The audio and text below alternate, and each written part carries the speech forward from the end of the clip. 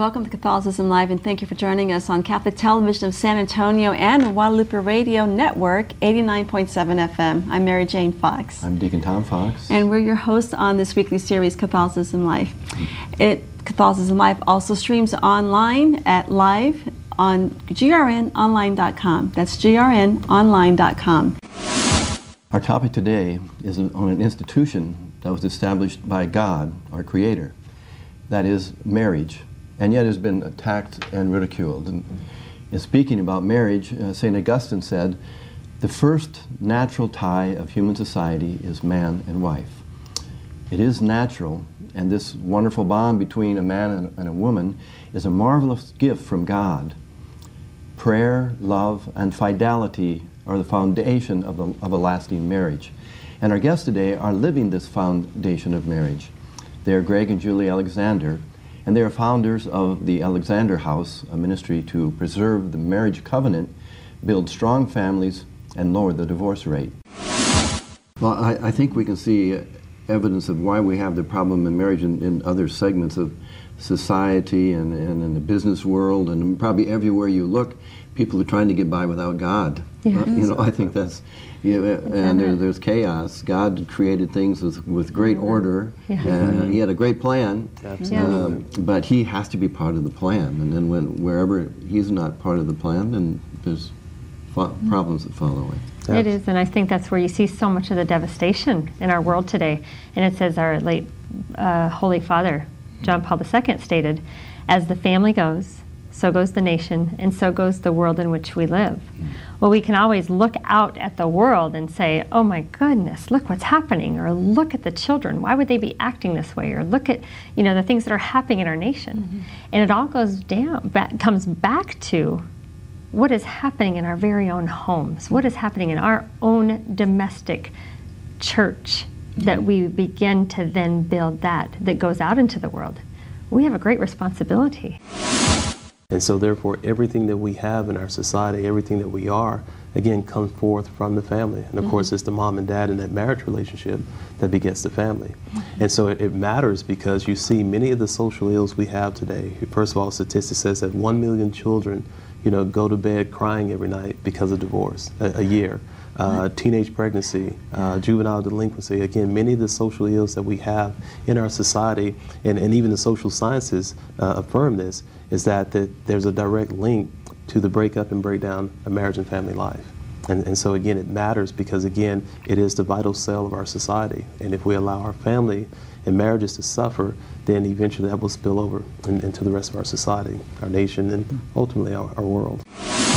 And I wonder, do you think that perhaps the secular, I use the word secular, meaning the world's message, meaning TV programs, entertainment, media outside the church, influences the thinking, the choices people make in their daily lives, thus reflect their look on marriage? Absolutely. Absolutely, without a doubt, because we've even met with couples who, whether they have been married or they are engaged, and they're doing things counter to what God or the church would ask, and when we explain to them these different things that the church does teach or what God's plan for marriage is, they have no idea. How can a man and a woman, when they come together, become one flesh in marriage? It's one of those mysterious things, as St. Paul talks about in Ephesians, this relationship with Christ and His church. You can't explain it, but the beauty of it is when you get to experience it, what a wonderful thing. And in that oneness, and a lot of what that means is that, whatever Julie is experiencing, I should be feeling. So, for example, if she is made to feel less than or hurting in a relationship, if we're really living out this whole understanding of the two becoming one, I should be hurting. So my immediate response should be, how can I remove that, especially if it's something that I've done. But again, experiencing that oneness, so much so that, as we are now, we're always in sync. Our thoughts are the same, our responses are the same, almost kind of like when you see twins, if you will. Welcome, Catholicism Live, Joseph. Joseph, you have a question? Or? Yes, I'd like to know, for those people who are single and don't consider themselves getting married anytime soon, or maybe ever, what can single people do to help strengthen marriage? And I'll hang up and listen on the TV. Wow. Thank you, Great Joseph. question. Yeah, that's a very good question. I have an answer. Yeah, You what stop me, can Joseph. be done? Yeah, is again in all of us. I think we all have a responsibility to still learn God's plan for marriage, because we are all surrounded by married people. Parents. Yes. And everybody and everyone is affected again with the situation of marriage. And so for you to not only arm yourself with information that is the truth, but also live your life in a way that is an example of holiness and to live chastely. We all are, even in married life, we're called to live chaste lives. We have another caller holding. Thank you. We welcome Jennifer. Welcome to Catholicism Live, Jennifer. Hi, thank you. My question was about having children out of wedlock and being in, I guess, the relationship with the actual father. What can we do to, I guess, I want to say repent? I mean... Okay. Awesome. All right. Okay. Yeah, and thank you for your call and thank you for your courage. And the first thing I would say, we deal with engaged couples a lot.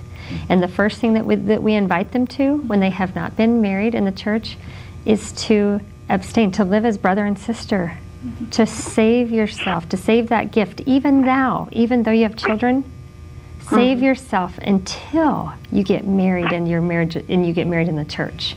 You will see the grace from doing so is just tremendous. It's amazing. And to have that lived out. So know and repent, go to confession. It is such a beautiful sacrament because it what allows us not only to be forgiven, but it gives us the grace to forgive others. Earlier in the program, we talked about the high divorce rate, the statistic. Let's look at that again, that the divorce rate is higher than the marriage rate, or how am I saying it right? No, okay. It keeps increasing. It used to be 50%, right. and now it's higher, even above 60. I think it just keeps increasing. But another statistic that we don't have on our sheet, but I remember from another resource, is that I believe that only 1/3 of the children in this country are going to live with both biological parents until they reach age 18. Only 1/3. Absolutely. Alarming, isn't it? Yeah. That's a terrible statistic. And there's consequences. I mean, because we know that there's going to be consequences for that in the future. Kind of as you talked about earlier, but even from a socioeconomic standpoint, where you see that the population that is the most impoverished, if you will, are single moms and their kids. And so they're struggling, trying to make ends meet. Greg and Julie, thank you so much for being with us on Catholicism Live. It's been wonderful. And I just, it's just so refreshing to meet such a lovely couple as yourself who not only love each other so much, it's so apparent, but also love, of course, because God is very much in the midst of your married relationship. Exactly right. But you have a benefit dinner coming up, meaning the Alexander House Ministry has a benefit dinner. It's November the 19th. Tell us about that. Yes, it's going to be November 19th at St. George Maronite Church in the Grand Ballroom. And we've been very fortunate to have Father Bill Casey, the Vicar General for the Fathers of Mercy, a great evangelizer. Yeah. I think he's going to have a great marriage. In fact, I think his topic is called, What Do You Know About Marriage? Okay. And so it's going to be a very fun evening, silent auction, a lot of good information given about the ministry, where we're going, and all these wonderful things. So we ask that you consider attending. Go to the website. All the information is on the website. Right. And we say if you've been touched by divorce anyway, in any way you've been touched by divorce, you know the devastating effects. We need you to come and be a part of the ripple effect to make a positive change towards building good and solid, holy marriages. And be healed. You mean you're inviting the Yes. entire population? Absolutely. Absolutely. That's what we hope. And Exactly right. certainly, Absolutely. it's including my own, all of our families, sure. Again, thank you. So I'd like to say goodbye to Greg and Julie. Tom and I say goodbye, and thank you again for being on Thank you. Catholicism Live. I know you'll come back again. Absolutely. And we'd like to invite our audience, go to the website, thealexanderhouse.org. Good night for now, and we see you next week on Catholicism Live again as we look at another exciting topic within the faith and welcome your calls and emails. Thank you for joining us, and together we say, pray, hope, and trust in God.